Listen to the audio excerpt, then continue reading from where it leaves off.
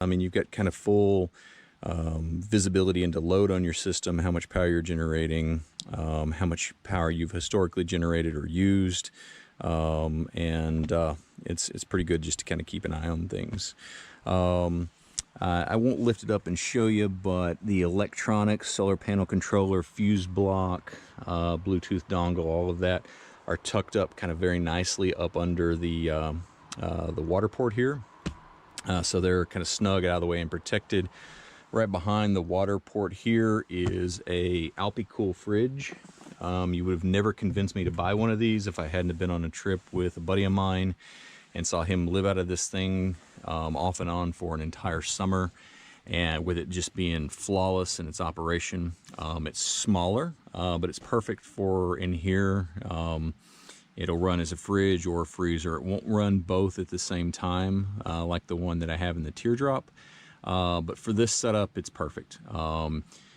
Steaks, drinks, dairy, those types of things. It holds plenty for one person to be out week to 10 days pretty easily. Draws between 30 and 50 watts. And just really, really pleased with that setup overall. Put a paper towel holder up here. Again, my buddy was using one of these, and I really like the setup because it's ratcheting, and so it doesn't sit there and unroll on you, and that's fit nicely.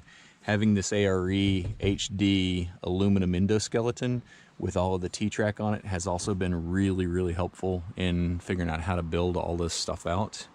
I'll get into bed and that kind of stuff in just a minute and tell you about that.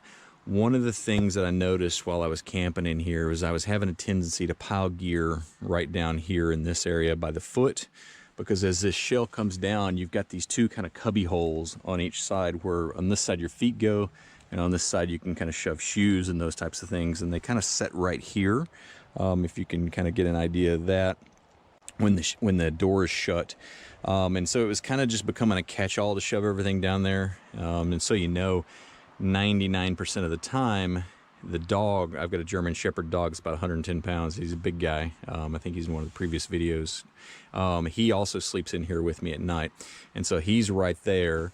I typically keep a water bowl for him right here. And so it was, I was piling stuff up and it wasn't good. And so I thought I really need an overhead space to be able to shove a jacket, clothes, those types of things when I get in at night, that's organized and up and out of the way. So I got a cargo net off Amazon. It's just kind of the same kind of rear cargo net you'd put in the back of a SUV or a hatchback.